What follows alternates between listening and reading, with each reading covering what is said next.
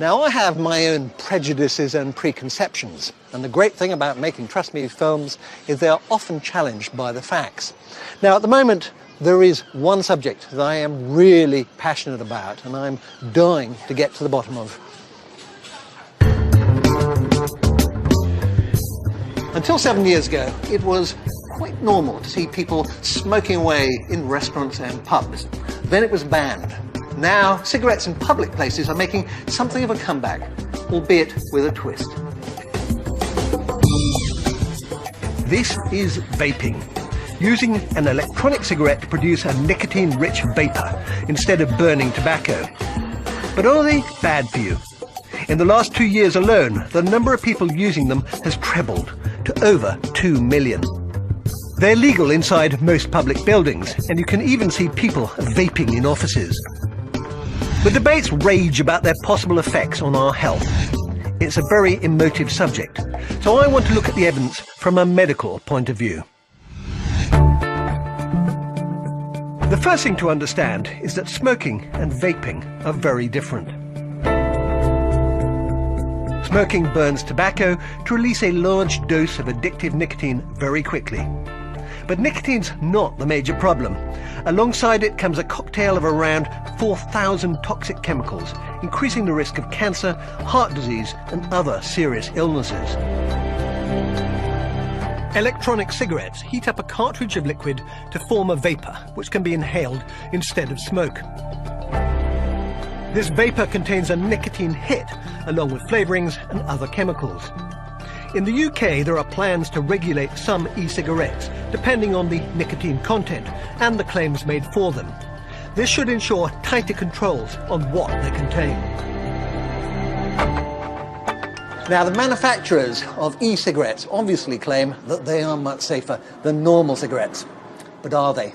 We thought it'd be interesting to test normal cigarette smokers and those who use e-cigarettes and find out exactly what's going on inside their bodies. We've taken samples of saliva, urine and breath from a range of vapors and a group of smokers. And we've done the same test to look at the risks of passive vaping. First, nicotine levels. We found that vapors get a similar dose of nicotine to smokers. Now for the test on the real nasties. Carbon monoxide, associated with heart disease, and acrolein, associated with cancer and lung problems. Here, the vapors had significantly lower levels, similar to those found in non-smokers.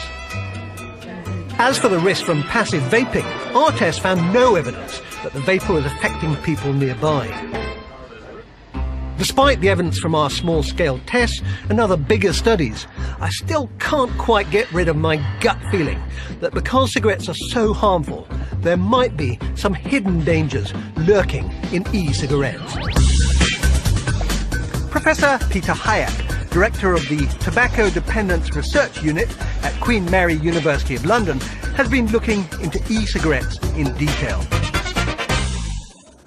Electronic cigarettes have only been around for a short while. Is there some long-term risks we are not aware of?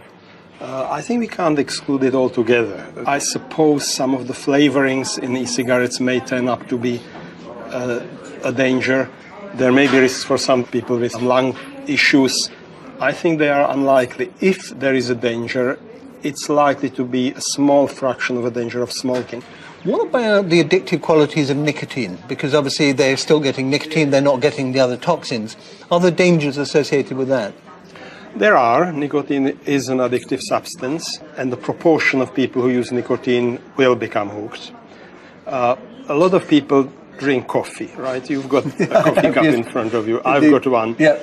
A lot of people are hooked on coffee, and nicotine use would be roughly in the same category if there were no other toxic chemicals which accompany it. Do you think that e-cigarettes are a big change? I think they could be a revolutionary change. I think they have a potential to basically eradicate smoking-related disease and death on the population scale. What I've seen and heard in making this film is beginning to make me rethink my opinion about e-cigarettes. But their effects on our body are only part of the picture. There are fears that allowing widespread use of e-cigarettes would make the consumption of nicotine an everyday sight again. Already there are stories of children as young as 11 trying them. The British Medical Association is calling for a ban in public places. Now, I do agree that you need to be very cautious about anything that makes it easier to consume an addictive drug like nicotine. But considering cigarettes kill half the people who use them, if I was a cigarette smoker, I'd certainly give e-cigarettes a go.